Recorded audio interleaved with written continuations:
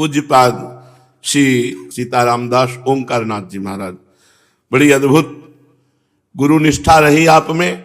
आप सदैव अपने गुरु जी की पादुका छाती से ऐसे लंगोटी से गुरु जी की लंगोटी और ऐसे गुरु जी की छाती में पादुका सदैव बांधे रहते थे। 24 घंटे उठना बैठना शयन सब उन्हीं पादुका को ऐसे छाती में बांधे रहते थे। अपार गुरु भक्ति और बड़े महापुरुष हुए हैं श्री सीतारामदास ओंकारनाथ जी महाराज। उनसे प्रश्न किए जा रहे हैं और वो उत्तर दे रहे हैं। बहुत ध्यान से सुनिएगा, गुरु महिमा के प्रति आज प्रश्न है। महाराज जी, सुना है कि एकमात्र यदि गुरु महिमा को जान ले तो सब ज्ञान प्राप्त हो जाता है, संसार में कुछ जानना बाकी नहीं रहता। अतः आप कृपा करके गुरु तत्व के विषय में मुझे बताइए। महाराज जी बोले, वत्स माने बेटा, तुम्हारे प्रश्न से मुझे बड़ी प्रसन्नता हुई।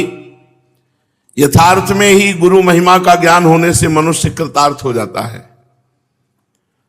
समस्त तत्वों के तत्व स्वरूप से गुरु तत्व हैं। वो महान पुण्यात्मा होता है जो गुरुदेव का वर्ण करता है। महान पुण्य जब एकत्रित होते हैं तब हमारे को भगवान गुरुदेव के रूप में आते हैं। और जब उससे भी बड़ा पवित्र अंतःकरण वाला होता है तो वो गुरु में आसक्त होता है। हम आपके बिना जी नहीं सकते। गुरु तत्व में गु शब्द त्वंधकार स्यादरु शब्द स्तन निरोधका, अंधकार निरोधित्वाद गुरुरित्य विधीयते।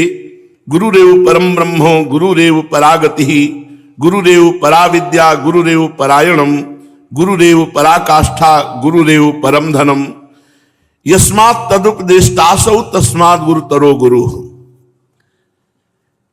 या सर्कदुच्चारयति तस्य संसार मोचनम भवति, सर्वजन्म कृतम पापम तत्क्षणादेव नश्यति, सर्वान् कामान् अवाप्नोति, सर्व पुरुषार्थ सिद्धिर्भवति, या एवं वेत्युत उपनिषद। उपनिषद में कहा गया है कि गु शब्द का नाम है अंधकार। गुरु, गु माने अंधकार, रु माने उसको रोक कर प्रकाश करने वाला। जो अज्ञान अंधकार को रोक करके ज्ञान का प्रकाश कर देता है उसका नाम है गुरु। जो तत्व ज्ञान रूपी प्रकाश कर देता है वो गुरुदेव। गुरु ही परम ब्रह्म है, गुरु ही परम गति है, गुरु ही पराविद्या है, गुरु ही परम आश्रय है। इस प्रकार जो शिष्य गुरु का उत्कर्ष जान जाता है कि मेरे गुरुदेव क्या है, गुरु ही परम धन है, क्योंकि वे ब्रह्म के उपदेष्टा होते हुए भी साक्षात ब्रह्म है, स्वयं अपना ज्ञान करा रहे हैं। गुरु जो एक बार हृदय से इनका वर्ण कर लेता है गुरुदेव का, वो संसार से मुक्त हो जाता है। उसके जन्म जन्म के पाप तत्काल नष्ट हो जाते हैं जब गुरु का वर्ण किया जाता है। जो व्यक्ति इस बात को जानता है वो धर्म अर्थ काम मोक्ष सब कुछ सफल मनोरथ गुरुदेव के चरणों से हो जाता है। जो गुरुदेव के चरणों की आराधना करता है वो सफल मनोरथ हो जाता है। धर्म भी प्राप्त होता है, अर्थ भी प्राप्त होता है, कामनाओं की भी पूर्ति होती है और मोक्ष भी प्राप्त होता है। जे गुरु चरण रेणु सिर धरहि, ते जन सकल विभव बस करहि। जे गुरु चरण रेणु अनुरागी, ते लोकहूं बेदहूं बड़ भागी। जो गुरुदेव की चरण रज को अपने माथे पे धारण करते हैं वो समस्त भागवतिक वैभव के अधिकारी हो जाते हैं। जो गुरुदेव के चरणों में प्रेम करते हैं वो इस लोक और परलोक में उनकी महिमा गाई जाती है। प्रश्न करता, तो वह गुरु कौन है? पूज्य बाबा श्री सीतारामदास जी महाराज।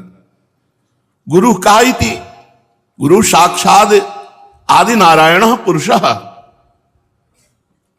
सा आदि नारायण अहमेव, तस्मान मामेकम शरणं ब्रज। मद भक्ति निष्ठो भव, मदीयोपासनम कुरु, मामेव प्राप्स्यसि मद व्यतिरिक्तम सर्वम बाधितम मद व्यतिरिक्तो मबाधितम न किंचिदस्ति निरतिशयानंदाद्वितीयो अयमेव सर्व परिपूर्णोऽहमेव सर्वाश्रयोऽहमेव वाचा मगोचर निराकार परब्रह्म स्वरूपोऽहमेव मद व्यतिरिक्त मणुमात्रम न विद्यते इन एवं महाविष्णु परम मिम उपदेशम लब्ध्वा पितामह परमानंदम प्राप। गुरु कौन है? तो उपनिषद में कहा गया कि गुरु साक्षात आदि नारायण देवा, जिनसे संपूर्ण सृष्टि प्रकट होती है वो भगवान श्री हरि ही साक्षात गुरु। बंदो गुरुपद कंज कृपा सिंधु नर रूप हरि महामोहतम पुंज जासु बचन रविकर निकर। भगवान श्री हरि ही कृपा करके गुरुदेव के रूप में हमको ऐसा उपदेश करते हैं जिससे हमारा मायामल नष्ट हो जाता है, शुद्ध तत्वबोध ज्ञान प्रकाशित हो जाता है। इसलिए शरण लेने योग्य एकमात्र गुरुदेव ही हैं। गुरुदेव की भक्तनिष्ठ बनो, गुरुदेव की उपासना करो तो गुरुदेव को ही प्राप्त हो जाओगे। इष्ट देव गुरुदेव, गुरुदेव इष्ट देव। गुरुदेव के सिवाय और कुछ नहीं है। गुरुदेव के अतिरिक्त और कुछ आश्रय लोगे तो बाधित हो जाओगे। गुरुदेव ही निरतिशय आनंद और अद्वितीय ब्रह्म है। गुरुदेव ही समस्त चराचर जगत में परिपूर्ण है। अखंड मंडलाकारम व्याप्तम येन चराचरम तत्पदम दर्शितम येन तस्मै श्री गुरुवे नमः। सबका आश्रय गुरुदेव है। वाणी से अगोचर निराकार पर ब्रह्म स्वरूप गुरुदेव ही है। गुरुदेव और इष्ट देव अणुमात्र अंतर नहीं है। महाविष्णु से परम उपदेश लाभ करके पितामह परमानंद को प्राप्त हुए थे। वही महाविष्णु, वही महाहरि हमारे गुरुदेव हैं। जो गुरुदेव के रूप में है वो वही है। प्रश्न करता, तब तो गुरु कहने से एकमात्र भगवान श्री हरि का ही बोध होता है, तो फिर ये क्यों कहा गया गुरुर ब्रह्मा गुरुर विष्णु गुरुदेव महेश्वरा?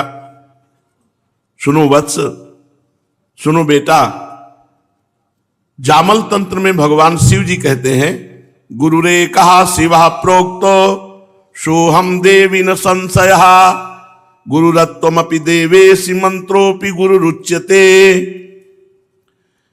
गुरुदेव भगवान शिव स्वरूप है, मोक्ष स्वरूप है, कल्याण स्वरूप है। अतो मंत्रे गुरौ देवे नाहि भेदः प्रजायते कदाचित् सहस्रारे पद्मे धेयः गुरुः सदा कदाचित् हृदयाम्भोजे कदाचित् दृष्टिगोचरे। हे महादेवी, मैं शिव ही गुरु हूं। देवेशी, तुम गुरु की आराधना करके तुम भी शिव स्वरूप ही हो। जो गुरु है वही गुरु मंत्र है और वही इष्ट देव है। इन तीन में कोई भेद नहीं है। गुरु, गुरु मंत्र और इष्ट देव। जो इष्ट देव है वही गुरु मंत्र है, जो गुरु मंत्र है वही गुरु है। अब बताओ, अगर ये बात समझ में आ जाए तो हर समय हम अपने गुरु में रहते हैं, क्योंकि निज मंत्र जप रहे हैं, मंत्र जप रहे हैं, शरणागत मंत्र जप रहे हैं। तो जो शरणागत निज मंत्र है वही गुरुदेव है और वही इष्ट देव है। अब हमको क्या जानकारी करनी? खूब मंत्र जपो, और जब गुरु कृपा उदय होती है मंत्र जपने से, तो हृदय रूपी शास्त्र कमल दल में वही गुरुदेव इष्ट रूप में विराजमान दिखाई देते। नारायण या गौर श्याम को हृदय निकुंज बसइए। जब साधक अधिक चिंतन करने लगता है तो उसके भ्रू मध्य पर गुरुदेव बैठे दिखाई देते हैं। कभी कभी जैसे कहा कि हमारे गुरु यहीं आसन लगाए बैठे रहते हैं। ये जो आज्ञा चक्र है इसमें गुरु विराजमान, हृदय चक्र में इष्ट देव के रूप में, आज्ञा चक्र में गुरुदेव के रूप में। तब तो श्री हरि, शिव, शक्ति ये सब गुरु रूप है। बाबा बोले केवल ये ही गुरु रूप नहीं, गुरुर् ब्रह्मा गुरुर्विष्णु गुरुर्देवो महेश्वरः गुरु तीर्थम गुरुर्यज्ञो गुरुर्दानम गुरुस्तपः गुरुरग्निर्गुरु सूर्य सर्वम गुरुमयम जगत।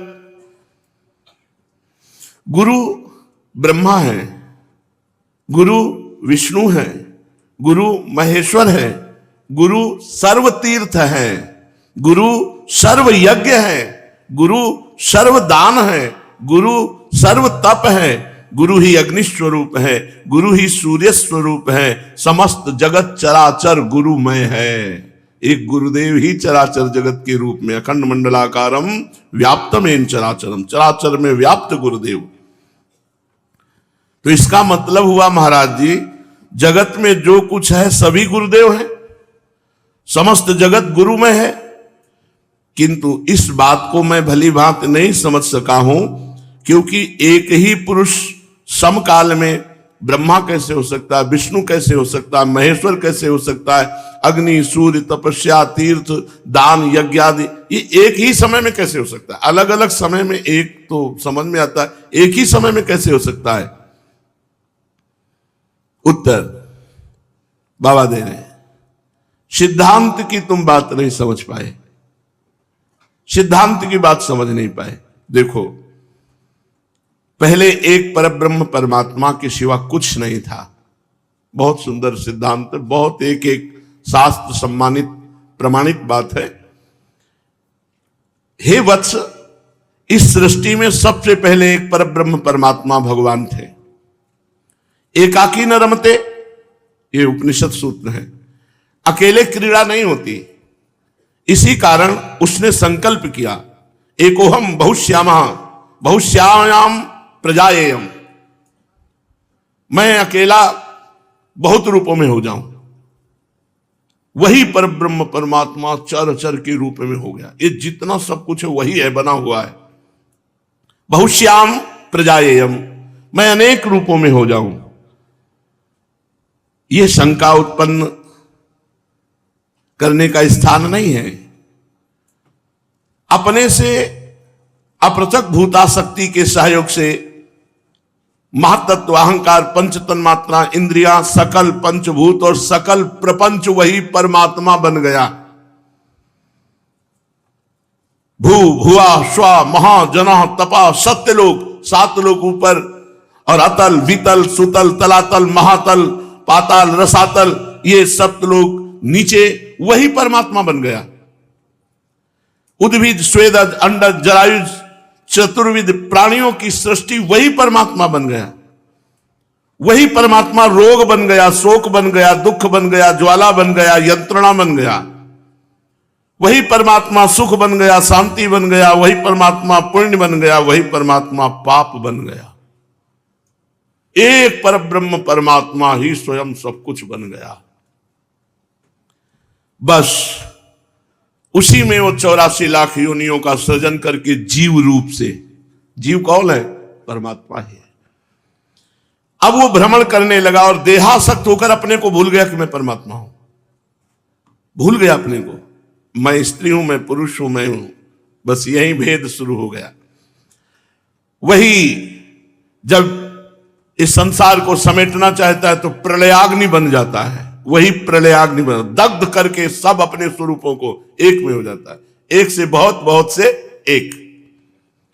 चाहे प्रलयाग्नि में दग्ध होके एक हो लेना, चाहे ज्ञानाग्नि में दग्ध हो जाओ तो ज्ञानाग्नि में जीते जी जीवन मुक्त हो जाओगे। प्रलयाग्नि में मुक्त नहीं होगे, जाके समा जाओगे, फिर पुनः सृष्टि होगी, फिर आ जाओगे।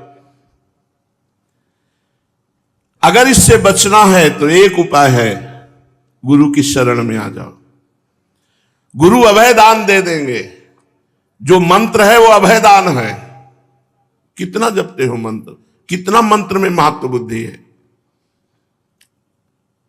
एक बार चित्त लगा के देखो, मंत्र में अगर रोमांच ना होने लगे, रोना ना आने लगे, आनंद की बाढ़ ना आने लगे तो कहना मांगते घूम रहे, कृपा कर दो, कृपा कर दो, हम पर दया कर दो, हम तो ऐसे हैं, हम तो वैसे। और महामंत्र तुम्हारे हृदय में है। अगर उसका बार बार आप चिंतन करें, जो महाशब्द वहीं लगता है जो काम क्रोध मोह मद मत्सर इन सब पर विजय प्राप्त कराने की सामर्थ्य रखता है। जैसे महापुरुष, मतलब इन पर विजयी, तो मंत्र इन पर जो विजयी करवा, विजय करा दे। आप जपो तो जप करके तो देखो। अगर इससे बचना है प्रलयाग्नि से, इस प्रपंच से, तो गुरुदेव की शरण में आ जाओ। वो तुम्हें इस संसार रूपी दावाग्नि से बचा लेंगे। वो अभय दान देंगे, अर्थात मंत्र प्रदान करेंगे। वो परमानंद स्वरूप में पहुंचा देंगे। अरे बाबा, उसी एक का खेल है, एक के सिवाय दूसरा नहीं है। सर्वम खलमिदम ब्रह्म सर्वम विष्णुमयम जगत नेह नानास्ति किंचन वासुदेवा सर्वम, वही है, वही, दूसरा नहीं। प्रश्न करता, महाराज जी आपके श्रीमुख से आज ये क्या सुन रहा हूं? ये तो मेरे मन में, प्राणों में, कानों में एकदम अमृत जैसा रसायन जा रहा है। जैसे जैसे मैं सुन रहा हूं वैसे वैसे हृदय की ज्वाला शांत होती जा रही है। सब कुछ गुरु है, सब गुरु है। रोग, शोक, दुख, ज्वाला, यंत्रणा, मान, अपमान सब गुरुदेव का स्वरूप है। फिर परेशानी किस बात की? हमारे गुरु ही रोग बन के आए हैं। हर समय आलिंगन किए हैं, रोग रूप में, शोक रूप में, दुख रूप में, ज्वाला रूप में, यंत्रणा रूप में, मान अपमान रूप में। हमारे गुरुदेव स्थावर जंगम रूप में। कैसा प्राणाराम, कितना सुंदर, कितना मनोहर। ये बातें तो मेरे प्राणों को आनंद प्रदान कर रही हैं। हे देव, सभी रूप इस प्रकार गुरुदेव के हैं, तो मैं लाभ कैसे लेने में समर्थ हो सकता हूं? सब रूपों में गुरुदेव हैं, तो लाभ किस रूप में लूं? बाबा, अरे भाई, वेद, उपनिषद, दर्शन, शास्त्र, तंत्र, संहिता सभी एक जन को प्राप्त करने के लिए निर्देश करते, एक को प्राप्त करने के लिए। भिन्न भिन्न अधिकारी के लिए अलग अलग मार्ग प्रदर्शित किए हैं, किंतु सबका लक्ष्य एक में स्थित होना है, अनेक से एक में। एक के सिवाय दूसरे का नहीं। एक से मिलने की आतुरता बढ़ाओ। ये भेद मायाकृत है। हां, परम भाव की प्राप्ति के लिए पहले खूब सत्संग करो, फिर किसी को गुरु बनाओ। और जब गुरु बना लो तो बस उनके अधीन हो जाओ, उनकी आज्ञा के अनुसार चलो, उनके इशारे पे चलो। एकमात्र उपाय है गुरुदेव की आज्ञा पर चलना। अरे बाबा, केवल गुरु का आश्रय और केवल गुरु मंत्र का जप, बस कृतार्थ हो जाओगे, कृतार्थ हो जाओगे। सब कुछ गुरुमय है, ये अनुभव में आ जाएगा। निर्गुणाच परम ब्रह्म गुरुरित्याक्षरद्वयम् महामंत्र महादेवी गोपनीयम परात्परम। ये गुरु दो अक्षर हैं, पर ये निर्गुण और सगुण ये परमात्मा है। यही निर्गुण परमात्मा, यही सगुण परमात्मा है। हे महादेवी परात्पर, ये महान गोपनीय बात है। मंत्रराजमिदं देवी गुरुरित्यक्षरद्वयम् श्रुति वेदांत वाक्येन गुरु साक्षात परम पदम।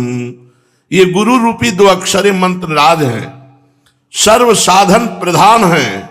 श्रुति वेदांत सब ग्रंथ यही प्रतिपादन करते हैं कि गुरु के ही चरणारविंद साक्षात परम पद है।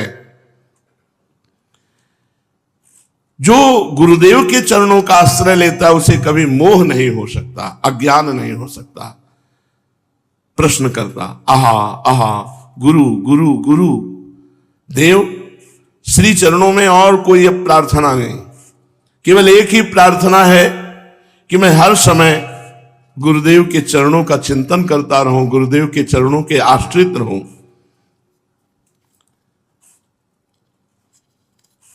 गुरुदेव परम कृपा में, करुणा में, तो जो गुरु चरणों का आश्रय ले लेता है तो चाहे ब्रह्म हत्या क्यों न लगी हो, फिर उसे कोई पाप नहीं भोगना पड़ता। जो गुरु चरणों के आश्रित हो गया वो ब्रह्म हत्यारा क्यों ना हो, अब उसे उस ब्रह्म हत्या का पाप नहीं भोगना पड़ेगा। आजन्मकृत पाप करने वाला हो, मतलब जब से जन्मा तब से गुरु चरण जब आया तब तक पाप ही करता रहा, तो भी उसे मुक्त हो जाना होगा। कोई भी पाप का उसे दंड नहीं मिलेगा जो गुरु शरण में आ गया। पूर्व काल के ब्रह्म हत्या जनित पाप सब नष्ट हो जाते हैं केवल गुरु शरणागति से। मातृवध, देव ब्रह्म हत्या, गौ हत्या, ऐसे बड़े बड़े पातक करने वाला भी यदि गुरु शरण में आ जाए तो निष्पाप हो जाता है, परम पावन हो जाता है। गुरु से अधिक कोई शास्त्र नहीं। ना गुरोरधिकम शास्त्रम, ना गुरोरधिकम तपः, ना गुरोरधिको मंत्रो, ना गुरोरधिकम फलम, ना गुरोरधिका देवी, ना गुरोरधिका शिवः, ना गुरोरधिका मूर्तिन, ना गुरोरधिकम जपः। गुरु से अधिक कोई बड़ा शास्त्र नहीं है। गुरुदेव बोल रहे हैं तो किसी शास्त्र से प्रमाण लेने की जरूरत नहीं। गुरु से बड़ा कोई तप नहीं। अगर गुरु की आज्ञा में है तो भारी तपस्या हमारे लिए है, गुरु सेवा में है तो भारी तपस्या है। गुरु से अधिक कोई मंत्र नहीं। जो गुरु ने हमको मंत्र दे दिया, इससे बड़ा कोई गुरु मंत्र नहीं। गुरु से अधिक कोई फल नहीं। हर समय हमें अपने गुरुदेव के सानिध्य में रहने को मिलता है, इससे बड़ा और क्या फल हो सकता है। गुरु से अधिक कोई देवा देवी कोई बड़ा नहीं। इसलिए गुरुदेव की महिमा का वर्णन करते हुए जबान लड़खड़ाती है कि पूर्ण रूप से उनकी महिमा का वर्णन नहीं किया जा सकता। शिष्य ने, देव आपने बतलाया कि गुरुदेव सर्वोपरि हैं और आपने बताया कि गुरुदेव सब रूपों में है। इसका आशय क्या है? गुरुदेव सब रूपों में है और गुरुदेव सर्वोपरि है, सबसे श्रेष्ठ है। तो जब सब रूपों में है तो सबसे श्रेष्ठ कैसे है? और सबसे श्रेष्ठ है तो सब रूपों में कैसे है? चंचलमती समझ नहीं पाया। बाबा बोले चंचलमती समझ नहीं पाया। जब वो एक है और उसने अपने को बहुत रूपों में किया, तो हम बहुत रूपों की आराधना नहीं कर सकते, एक रूप की आराधना कर। तो हम जिसको गुरु माना उसको अगर सर्वोपरि नहीं मानेंगे तो हमारा मन जाता रहेगा कि वो उनकी उपासना, अरे ये तो गुरु हैं, वो तो देवता हैं, वो तो अमुक हैं, वो तो नहीं, सर्वोपरि। यहां तक कि एक तरफ भगवान खड़े, एक तरफ गुरुदेव, तो हम पहले गुरुदेव के चरण पकड़ेंगे, गुरुदेव को प्रणाम करेंगे। गुरु गोविंद दो खड़े काके लागों पाए, तो बलिहारी गुरु आपने, क्योंकि गोविंद दियो बताए। जिन्होंने हमें गोविंद से मिला दिया, ऐसे गुरुदेव की बलिहारी, या गोविंद ने बता दिया कि गुरुदेव के पहले चरण पकड़ो तभी हम पकड़ में आएंगे। अगर गुरुदेव के चरण छोड़ दिए तो हमें नहीं पकड़ सकते, क्योंकि गुरुदेव की कृपा से ही हमारी प्राप्ति होती है। इसलिए गुरुदेव को सर्वोपरि माना जाता है कि इनसे बढ़कर कोई नहीं, क्योंकि हमारा मन फिर कहीं जाए ना। इसीलिए उत्तर देते समय कहा, अरे चंचल मती, कि तुम्हारी मति एकाग्र नहीं, इसलिए तुम्हें ऐसा प्रश्न आया। जब गुरुदेव कृपा करते हैं तो शिष्य को साधना और मंत्र दोनों देते हैं, लेकिन कोई बिरला ही ऐसा है जो गुरु वाक्य पे टिका रहे। नहीं, अपनी मति गति से चलना अच्छा लगता है, अपने मन और बुद्धि के अनुसार चलना अच्छा लगता है, गुरु के अनुसार नहीं। धन्य है उसका जीवन जो अपने मन बुद्धि को गुरु के अनुसार चलाता है। शिष्य गुरु के दिए हुए मंत्र की साधना करता है। गुरु मंत्र और इष्ट देव और गुरु तीनों एक ही हैं। जिस समय गुरु की सेवा और मन ही मन गुरु मंत्र का जाप और इष्ट देव का आश्रय, उसी समय साधक सिद्ध हो जाता है।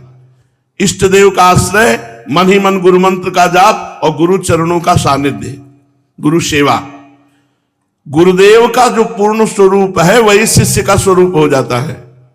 तीन बातें, गुरु सेवा, मन ही मन गुरु मंत्र का जाप और प्रगट में इष्ट देव का आश्रय। शिष्य के हृदय में गुरुदेव की महिमा सुनते सुनते कभी तृप्ति नहीं होनी चाहिए और प्रगाढ़ भक्ति गुरुदेव के चरणों में होनी चाहिए। किसी भी तत्व को धारण करने के लिए तपस्या की आवश्यकता होती। बिना तप किए वो गुरु भक्ति में भी नहीं आ सकता। बिना तपस्या के एक जगह टिक नहीं सकता, उसका मन चंचल होता रहता है और चंचल व्यक्ति कभी सिद्ध नहीं होता। चंचल व्यक्ति कभी सिद्ध नहीं होता। चंचलता बिना तपस्या के नहीं जाती, इसलिए वो एक जगह टिकता नहीं है। क्योंकि जैसे स्नान के बाद हाथी धूल भर के सूंड में अपने शरीर में डाल लेता है, ऐसे ही चंचलता रूपी धूल गुरु कृपा का जो स्नान हुआ वो टिकने नहीं देती, फिर धूल डाल देती है। तपसा प्राप्यते सत्वम, सत्वात् संप्राप्यते मनः, मनसा प्राप्यते आत्मा, आत्मा पत्या निवर्तते। उपनिषद कहता है कि तपस्वी पुरुष ही सतोगुणी होता है और सतोगुणी का ही मन स्थिर रहता है और स्थिर मन वाला ही आत्मज्ञान प्राप्त करता है और आत्मज्ञानी ही संसार से मुक्त होता है।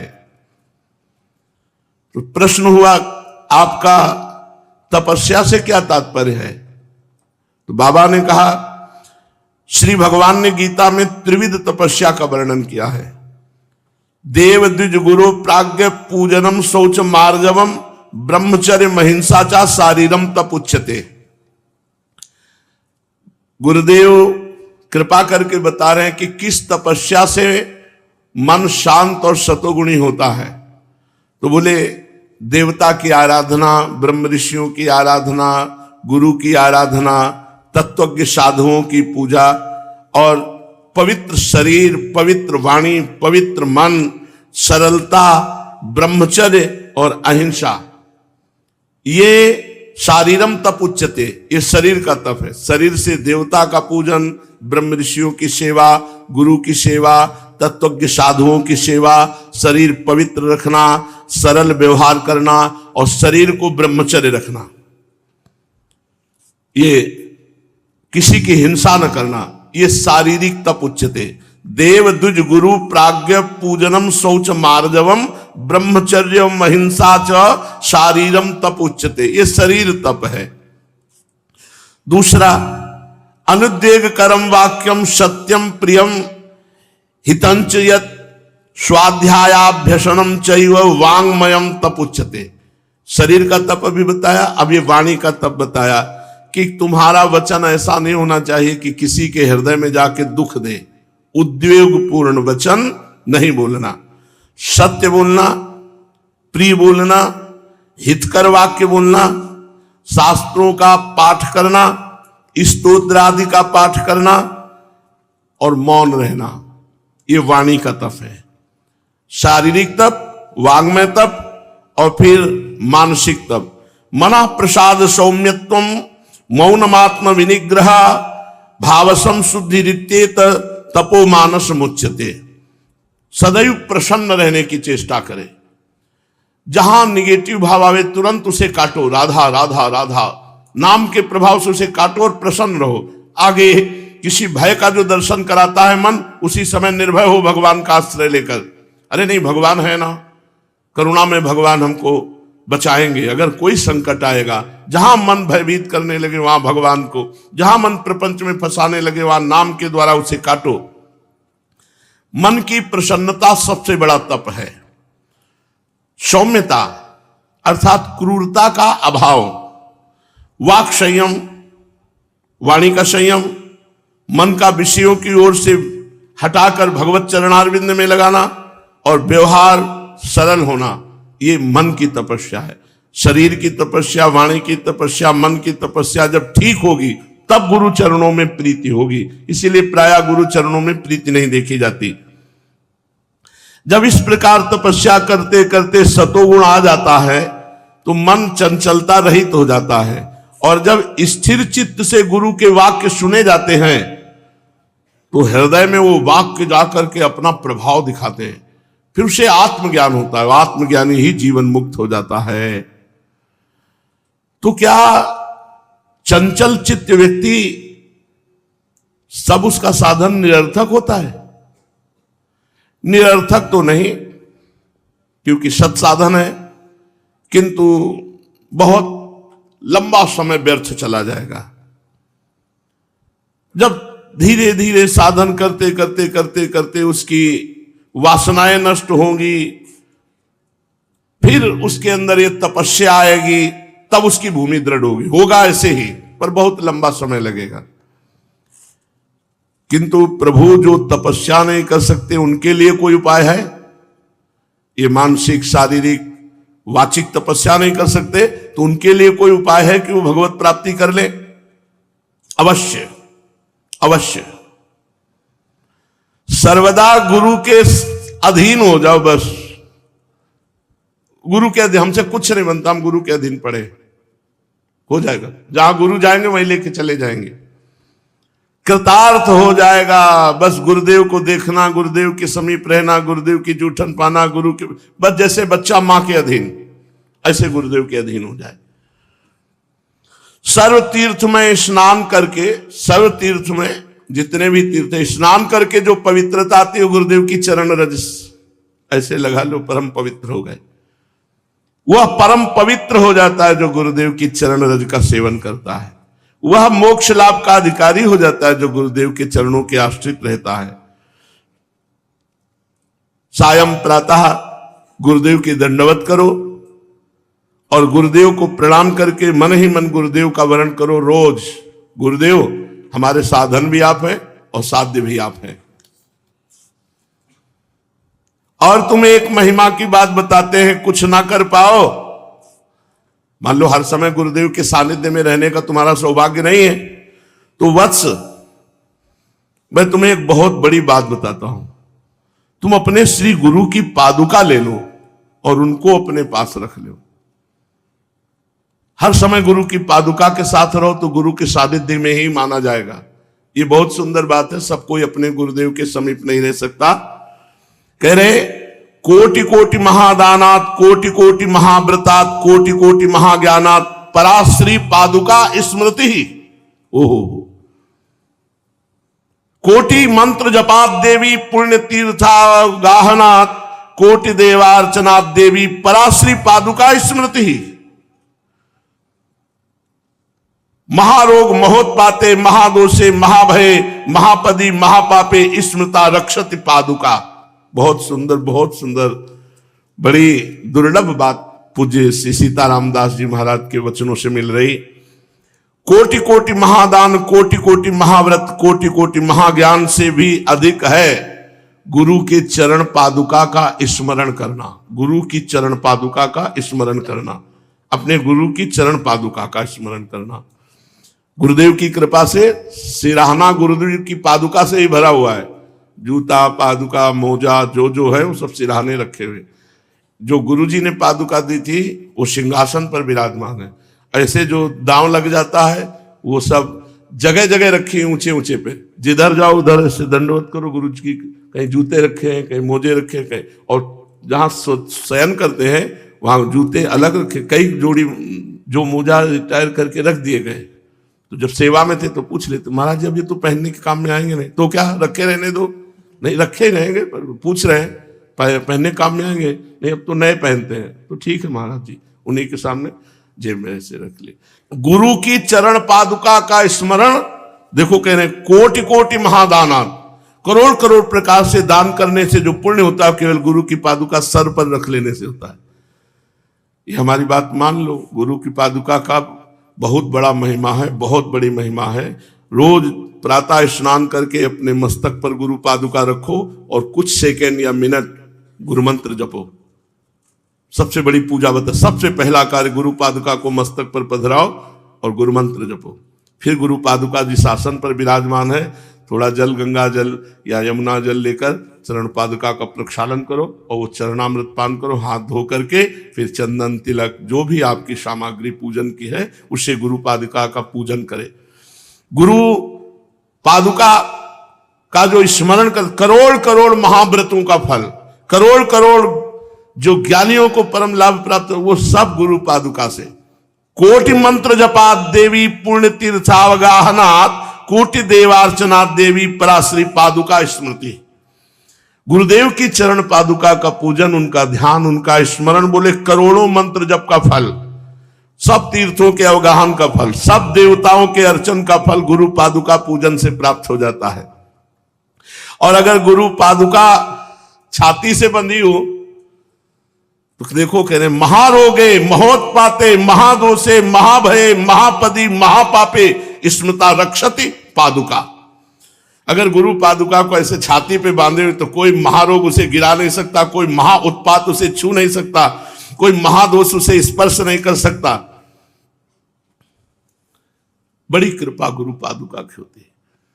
महारोगों, अगर छाती से पादुका लगी तो कोई यार क्या जाता है, गुरु की पादुका अगर छाती पे बंधी, गुरु की पादुकाएं हमारे पास, इस शरीर के जो पिताश्री थे, धन्य है हमको कहते हैं।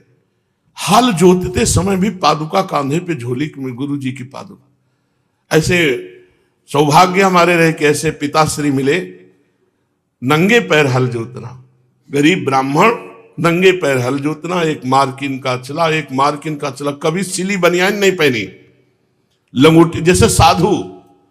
प्याज लहसुन तो मोहल्ले में नहीं आता था, घर की तो बात जाने दो। गुरु जी की पादुका, गीता जी और रामायण जी, ये वो हर समय ऐसे झोली एक रखते थे, झोली और ऐसे बांध लिया और हल जोत रहे। फिर जब स्नान करना हुआ तो डाल पे टांग दिया, स्नान किया सरोवर पे, और पहले गुरु जी का चरणामृत लेते थे, फिर भोजन पाके फिर जो कार्य करना हो। इतना गुरु चरण पादुका से, उन्हीं से गुरु चरण पादुका के प्रति प्रीति कैसे की जाती है ये सीखा। शास्त्रों के प्रति कितनी समर्पण वृत्ति होनी चाहिए उनसे सीखा कि किसान होते हुए भी गीता रामायण कांधे पे ही रहती थी। और जब स्नान करते तो कुछ गीता के श्लोक, कुछ रामायण के करके, और फिर मंजीरा टेंट में रखते थे। मंजीरा त्रिपुंड लगा हुआ, हल जोतते त्रिपुंड। एक बार हल जोत रहे थे तो कुछ लोग निकले, बोले अच्छा फंसा है बाबा जी। वे समझ रहे थे कि बाबा जी को हल जोतवाया जा रहा है। तो बाबा जी के बाबा जी पैदा होते तो बाबा जी हुए नाना बाबा जी, मामा बाबा जी, बाबा बाबा जी, पिता बाबा जी। बाबा जी के बाबा जी पैदा होते हैं नहीं होते। तो वो ऐसे संत रूप में, तो गुरु चरण पादुका की जो महिमा वो बचपन से हमने अपने पिताश्री में देखी और उन्हीं की पूजा की हुई। वो सबसे पहले नहा करके फिर गुरु पादुका ऐसे माथे पे रखते, फिर वैसे धो करके और चरणामृत लेते, फिर गीता रामायण का पाठ करके 12 बजे दिन तक हल जोतते रहते। ये ट्रैक्टर की व्यवस्था थोड़ी थी, एक फार वाला हल, मतलब 1 बीघा जोतना है तो 10-20 घंटे जोतो तब कहीं जा करके, और पूरा ऐसे बड़ी मेहनत की कमाई से धर्म पूर्वक जीते थे। तभी हम लोगों के जो संस्कार बने ना, वो इसी से बने। और जो तपस्या का स्वभाव बना, वो ऐसे घर में पैदा हुए थे कि सुविधा ही नहीं थी। तो एक तपस्वी जीवन बाल्यावस्था से था। कभी सर्दी में स्वेटर नहीं पहने गए, मफलर, स्वेटर, साल नहीं, वही जो गर्मी में पहने जाते हुए। सर्दी में बस इतना होता था कि गर्मी में जो कांधे पे अंगोछा होता था वो कानों में होता था, बस इतना ही था। बचपन से वो वैराग्य, बचपन से वो तप का जीवन का संस्कार, तो वही आगे बढ़कर के परमार्थ में सद्गुण बन गया। वही सद्गुण बन गया। भगवान कहते हैं ना, जिस पर मैं कृपा करता हूं उसका धन अपहरण कर लेता हूं, पग पग पर उसे दुख देता हूं। तो ऐसे ही परिवार में जन्म हुआ था, जहां केवल भगवान का भरोसा और भगवान की भक्ति, दूसरा कोई रंग ही नहीं था। पूर्व जन्म में कोई साधना हुई होगी जो बकाया रह गई होगी, तो ऐसे पवित्र कुल में, उत्तम कुल में जन्म देकर भगवान ने सतमार्ग में, तो ये पिताश्री से सीखा बचपन से गुरु पादुका पर प्रीति। क्योंकि देखते थे कि वो पादुका सर पे रख करके ऐसी आराधना करते, तो आज भी जैसे वो आराधना करते थे उसी पद्धति से, उनकी कृपा से गुरु चरण पादुका की आराधना। महारोगो महाउत्पाते महोदोषे महाभये महापदि महापापे स्मृता रक्षति पादुका। जो गुरु पादुका की आराधना करता उसे कोई रोग परास्त नहीं, कोई दोष छू नहीं सकता, कोई उत्पात नहीं छू सकता, कोई भूत प्रेत उसे परास्त नहीं कर सकता। श्री सीताराम दास जी महाराज, हम आपको छवि दिखाएंगे आकर के, किसी दिन लाकर हमारे पास रखी। ऐसे गुरु पादुका छाती पे बांधे हुए हैं। दुराचारे दुरालोके दुष्संगे दुष्ट संग्रहे दुराहारे च दुर्बुद्धो स्मृता रक्षति पादुका। जो गुरु की चरण पादुका का सेवन करता है तो दुराचार, लोक में दुराचरण करने वाला, दुष्संगी और दोषों को संग्रहित करने वाला, दुर्बुद्धि और गलत आचरण से कमाए हुए धन से जीवन उपार्जन कर, इन सब से रक्षा कर लेती। अगर गुरु पादुका का पूजन है और ये सब ऐसा है तो बचा लेगी गुरु पादुका। बहुत बड़ी बात है गुरु पादुका। तेनाधीतम स्मृतम ज्ञानम दुष्टम दत्तच पूजितम जिह्वा में वर्तते यस्य पराश्री पादुका स्मृति ही। दुराचार में, दुर्लोक में, दुष्संग में, दूषित संग्रह में, दुष्ट आहार एवं दुर्बुद्धि में पूर्ण रूप से रक्षा करने में समर्थ है श्री गुरु पादुका। जिसकी जिह्वा पर श्री गुरु पादुका का चरणामृत पहुंचता है रोज, उसके द्वारा वेद शास्त्रों का अध्ययन का रोज फल मिलता है। कितना सौभाग्य है। उसने सब कुछ पा लिया जिसने गुरु पादुका पर पूर्ण निष्ठा कर ली। मेरे गुरुदेव साक्षात विराजमान है गुरु पादुका। 14 वर्ष ऐसा भरत जी ने किया। भगवान श्री रघुनाथ जी की पादुका को सिंहासन पर विराजमान करके रोज पूजन करके रोज माथे पर पधरा कर आज्ञा पूर्वक 14 वर्ष तक चक्रवर्ती सम्राट पद की रक्षा की। उसने सब दान कर लिया जिसने गुरु पादुका का सेवन किया। हे देवी, एक बार भक्ति पूर्वक यदि श्री गुरु पादुका को मस्तक पर पधरा दिया जाए तो उसकी गति को कोई नहीं रोक सकता, मतलब उसकी दुर्गति नहीं हो सकती। एक बार गुरु पादुका यदि मस्तक पर विराज और रोज विराजमान हो रही तो फिर दुर्गति का क्या। अपवित्र हो या पवित्र हो, कैसी भी स्थिति में हो, जो गुरु पादुका को अपने पास रखता है अनायासी धर्म अर्थ काम मोक्ष सब कुछ प्राप्त करने में समर्थ हो जाता है। 10 दिशाओं में कहीं भी जाए, जिसके पास गुरु पादुका उसको कोई परास्त नहीं कर सकता। पर गुरु पादुका की महिमा तो हृदय में बैठ जाए। गुरु पादुका जैसे हम ठाकुर जी लिए डोलते हैं, ऐसे गुरु पादुका में प्रीति हो जाए। पादुका से श्रेष्ठ कोई मंत्र नहीं, पादुका से श्रेष्ठ कोई देवता नहीं, पादुका से श्रेष्ठ कोई ज्ञान नहीं, और पादुका पूजन से बढ़कर कोई पूजा नहीं। हे वत्स सुनो, तुमने गुरु पादुका की महिमा को समझा। एक बार अमीर खुसरो के गुरुदेव जी थे, बड़े सिद्ध महापुरुष थे। तो एक ब्राह्मण जो है वो गरीब था, उसको बेटी के ब्याह के लिए धन की जरूरत थी। तो उसने सोचा बाबा से याचना करते हैं, किसी भगत से दिला देंगे। बड़े धनी मानी जन आया करते थे। तो गए, प्रणाम किया और कहा बाबा बेटी का ब्याह है, धन की आवश्यकता है, तो आपसे याचना करते हैं कि आप बेटी के ब्याह के लिए धन दे दो। बाबा ने, हमारे पास क्या है, पर तुम याचना करने आए हो तो जाओ, परसों आ जाना, ले जाना। बड़ा आनंदित होकर परसों आया। बाबा बेटी के ब्याह के लिए धन की याचना आपसे की थी। हाँ हाँ ठीक है, पादुका ले जा। अब संत ने आज्ञा की तो पादुका उठा तो ली, लेकिन निराशा हुई कि लकड़ी की पादुका, हमें तो हजारों रुपए चाहिए थे बेटी के ब्याह के लिए, लकड़ी की पादुका से क्या होगा। पर संत ने कह दिया। तो संत के वचन रहस्यमय होते हैं, उनको अपनी बुद्धि से नहीं तौलना चाहिए। पादुका सर पे रख ली और निराश होके जा रहा था। आगे जब रास्ते से जा रहा था तो अमीर खुसरो जी आ रहे थे। उनको अपने गुरु की गंध, मेरे गुरु की, मेरे स्वामी की कोई वस्तु है आसपास, इतने वो गुरु भक्त थे, स्वयं महापुरुष थे अमीर खुसरो जी। उन्होंने अपने जनों से कहा मेरे आका की कोई वस्तु है, मेरे गुरुदेव की कोई वस्तु है, किसके पास है। बस वो ऐसे जैसे कोई पुष्प के सुगंध से खिंचता, उन्हीं ब्राह्मण मस्तक में देखा पादुका। ए पादुका किसकी है? उनका बाबा ने पादुका दी है। बाबा ने आपको पादुका दे दी? ओहो, एकदम डूब गए। गुरुदेव ने तुम्हें पादुका दे दी? हाँ, हमको तो जरूरत नहीं थी, हमें तो बेटी के ब्याह के लिए धन चाहिए, तो पादुका मुझे दे दोगे? हाँ आप ले लो, मुझे धन दे दो। तो बोले 13 ऊंटों में रत्न हीरा जवाहरात, इसके व्यापारी थे वो, ये ले जाओ, मैं सेवकों से पादुका मुझे दे दो।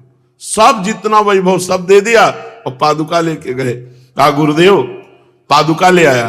बोले कितने में? तो उनका 13 ऊंटों के असरफी और रत्न आदि थे। तो बोले सस्ती ले आया, पर चलो रख दो, पादुका रख दो। ये गुरु महिमा की, गुरु की पादुका के लिए सर्वस्व दे दिया। तो बाबा पादुका में इतनी शक्ति है, दिखाई दे रहा है। पूज्य देखो बाबा, ये सीताराम दास जी जिनकी वाणी आप सुन रहे हो, ये देखो ऐसे अपने गुरु की पादुका बांधे रहते थे। हाँ बहुत सुंदर, भले दर्शन करा दिया। ये दर्शन हो रहे सबको? हाँ देखो ऐसे अपने गुरुदेव की छाती में पास, तभी शुद्ध ब्रह्म ज्ञान, भगवान नाम, भगवत भक्ति सब कुछ। ये बड़े महापुरुष थे। भाई जी वगैरह दौड़कर दर्शन करते थे। भाई जी श्री हनुमान प्रसाद पोद्दार जी से बहुत चर्चा होती थी पूज्य बाबा की। ये बहुत सुंदर किया, प्रसंग पर दर्शन करा दिया, बहुत सुंदर। देखो अपने गुरु की कैसे पादुका छाती पे बांधे हुए, धन्य है। अब रात दिन गुरु की पादुका अपने वक्षा स्थल पर धारण करना कितनी अपार भक्ति होगी। तो बाबा पादुका में इतनी शक्ति है।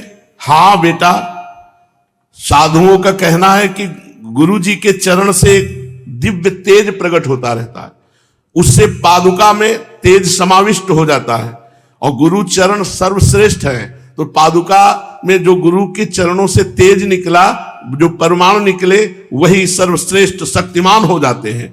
अपायात पाति नियतम दुस्संगात दुर्निमित्त का कामिनार्थम प्रदानांच पादुका परिकीर्तिता। गुरु पादुका अगर साथ है तो कोई आपत्ति विपत्ति नहीं पड़ सकती, कोई दुस्संग तुम्हारे ऊपर प्रभाव नहीं डाल सकता। शिष्य की सर्वदा रक्षा गुरु पादुका करती है, शिष्य की समस्त कामनाओं की पूर्ति पादुका जी करती है। तो पादुका की पूजा किस प्रकार की जाए?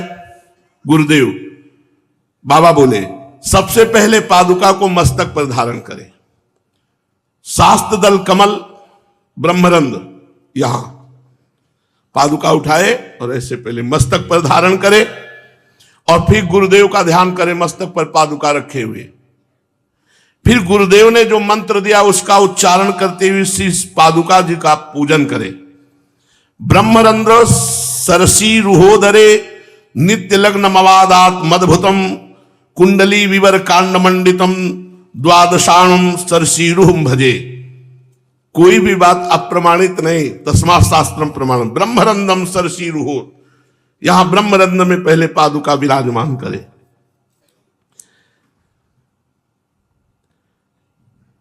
बाबा आप इसे समझा करके कहें तो मेरी समझ में आ जाएगा। ब्रह्मरंध्र में सरसीरु स्थान, यहां सहस्त्र दल कमल है, यहां गुरु की पादुका विराजमान करने पर कुंडलिनी में झटका लगता है जाके। देखो दिव्य तेज का प्रभाव, भाव करो, जो कुंडलिनी यौगिक क्रिया के द्वारा बहुत मुश्किल से जागृत की जाती है, जब ब्रह्मरंध्र में गुरु पादुका विराजमान करते हैं तो उसका तेज कुंडलिनी को जाकर जागृत करता है। अद्भुत कुंडलिनी के गमन पद रूप छिद्रावशिष्ट जो कांड नाल है, वहां से होकर एक चित्रणी नाड़ी निकलती है, उस नाड़ी में जाकर गुरु पादुका प्रभाव करती, मतलब दिव्यता गुरु पादुका की। फिर द्वादश दल कमल की कर्णिका में श्री गुरुदेव भगवान का जो ध्यान पूर्वक यहां पादुका रखी गई है, वो जाकर के वहां उन कमल को खिलाती, जो 60 कमल है सब कमलों को खिला देती है। जो गुरुदेव की चरण पादुका को मस्तक पर रखकर काफी देर गुरु मंत्र का जप करता है, चिंतन करता है, गुरुदेव का जप करता है मंत्र का, और पादुका जी मस्तक पर विराजमान, तो हंस स्वरूप भगवान उसके हृदय कमल पर प्रकाशित हो जाते हैं गुरु महिमा से। गुरु पाद पद्म द्वय, गुरु जी के चरण जो दो हैं उनका जो चिन्ह है पादुका, अरुण अरुण वर्ण, गुरुदेव के चरणों का ध्यान करते हुए फिर पादुका को स्नान कराए। अगर आपको समय हो तो थाली पे पादुका रख दिया, सुंदर जल से स्नान कराया, और वही चरणामृत पान, ये अमृत पूर्ण है, ये अमृतमय है। फिर कपड़े से पोंछकर पादुका विराजमान की, फिर इत्र लगा दिया, फिर चंदन लगाया, फिर धूप अगरबत्ती, ऐसे आरती पूजा की। गुरुदेव मेरी बुद्धि अत्यंत मलिन है, ये सब कुछ सुन रहा हूं, पर क्या मैं धारण कर सकता हूं, ऐसा कर सकता हूं? अरे बाबा एकदम सरल बात है, इसमें कौन सी हम तुम्हें बुद्धि लगाने की बात कह रहे हैं।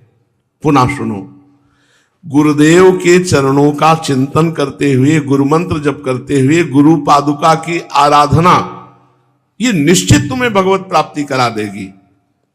त्रिसंध्यायाम पूजयेद यस्तु गंध पुष्प जगत गुरुम तस्य किम मंत्र पूजादि विधान नैन्यसि जापकई। जो तीनों काल में गुरुदेव के चरणारविंद की पादुका का गंध पुष्पादि से पूजन करता है, उसके लिए कुछ दुर्लभ नहीं है। मेरे नाथ मेरी बात समझ जाओ। पहले तो बताया है कि बहुश्यामा को एक ओहम में करना, बोले ये तपस्या के द्वारा हो सकता है, शारीरिक तपस्या, मानसिक तपस्या, वाचिक तपस्या, बोले ये हमसे नहीं होने वाली। तब ये पादुका सेवा बताई कि पादुका छाती में बांध लो, पादुका सिंहासन में विराजमान कर लो, उसकी आरती पूजा करो, चरणामृत लो, गुरु का मंत्र जप करो, इसी से सब हो जाएगा। कुछ तो मान लो। अगर महापुरुषों ने अनुभव करके बताया स्वयं, तो वो बात हमें अपने जीवन में उतार लेनी चाहिए। बाबा ने अंतिम बात कही कि यदि कुछ नहीं कर सकते हो तो गुरु पादुका, जैसे श्रीधाम वृंदावन की निष्ठा वाले महापुरुष श्रीपाद प्रबोधानंद जी महाराज, कुछ नहीं कर सकते हो, घोर दुराचारी हो तो आजीवन वृंदावन वास कर ले, तुम्हारे को भगवत प्राप्ति हो जाएगी। ऐसे साधना में कुछ नहीं कर सकते हो तो 3 बार तो गुरु की पादुका मस्तक पर रखकर प्रातः मध्याह्न सायं गुरु का ध्यान करते हुए गुरु मंत्र जप लो, इसी से भगवत प्राप्ति हो जाएगी।